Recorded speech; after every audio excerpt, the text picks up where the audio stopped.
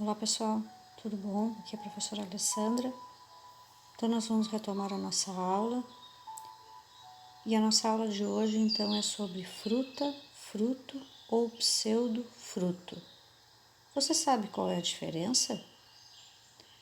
Levando-se em consideração alguns conceitos científicos, chegamos à conclusão que muitos vegetais que nós chamamos de frutas não são frutas.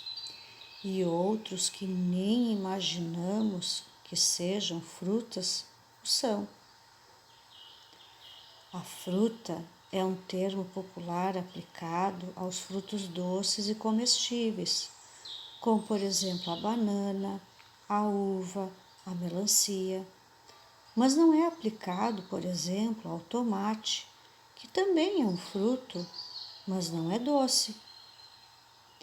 Existem duas designações para que a maioria das pessoas que conhece apenas como fruta, mas que na verdade são frutos ou pseudofrutos, termos usados nos estudos de botânica e por isso pouco conhecidos. Partindo do conhecimento de cada uma dessas classificações, fica clara a diferença entre elas.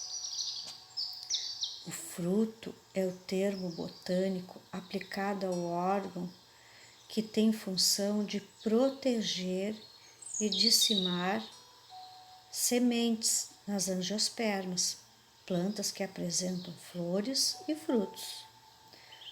Frutos são estruturas resultantes do amadurecimento do ovário, que surge após a fecundação.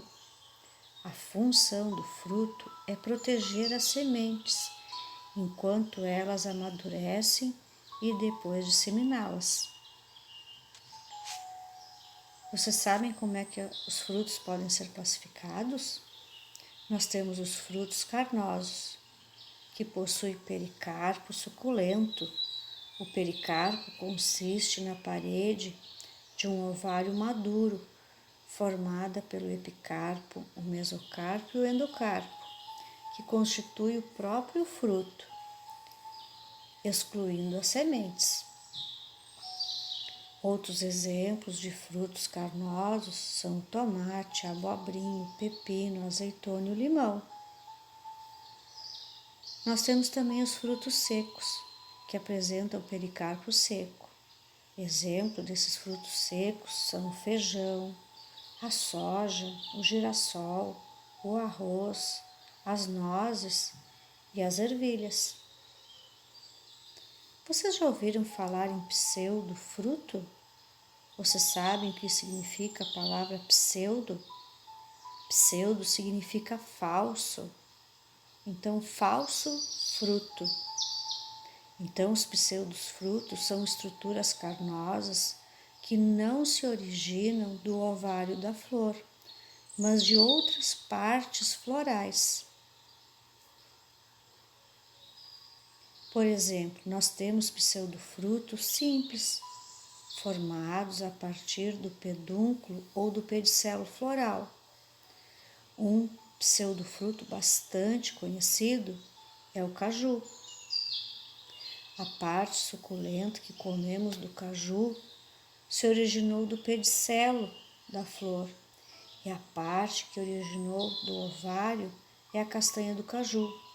Se levarmos em consideração as regras científicas, o verdadeiro fruto do caju é a castanha.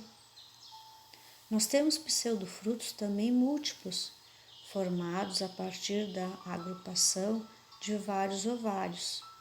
O morango é considerado um pseudofruto.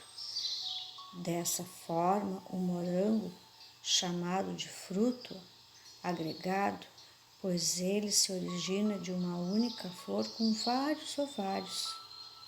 Na flor do morango, cada ovário origina um pequeno fruto, que são aqueles pontinhos escuros que podemos ver na superfície do morango. A parte suculenta e comestível é originada do receptáculo da flor, assim como a maçã e a pera. Então, a maçã também é um pseudofruto, a pera também. E o que é uma infrutescência? A infrutescência é formada a partir do pedúnculos florais com vários ovários. A fecundação dá origem a infrutescências que ocorreu numa inflorescência, isto é, em uma estrutura onde se podem encontrar várias flores agrupadas, como se formando com uma única flor. Os vários ovários de flores diferentes crescem em uma única estrutura. O exemplo, então, que nós temos, o caso de infrutescência, é o abacaxi, o ananá, são exemplos de infrutescências. Então, pessoal, na nossa aula de hoje, então nós falamos sobre os frutos, frutas e os pseudos frutos. Então, nós vamos ficar por aqui. Até a nossa próxima aula, se Deus quiser.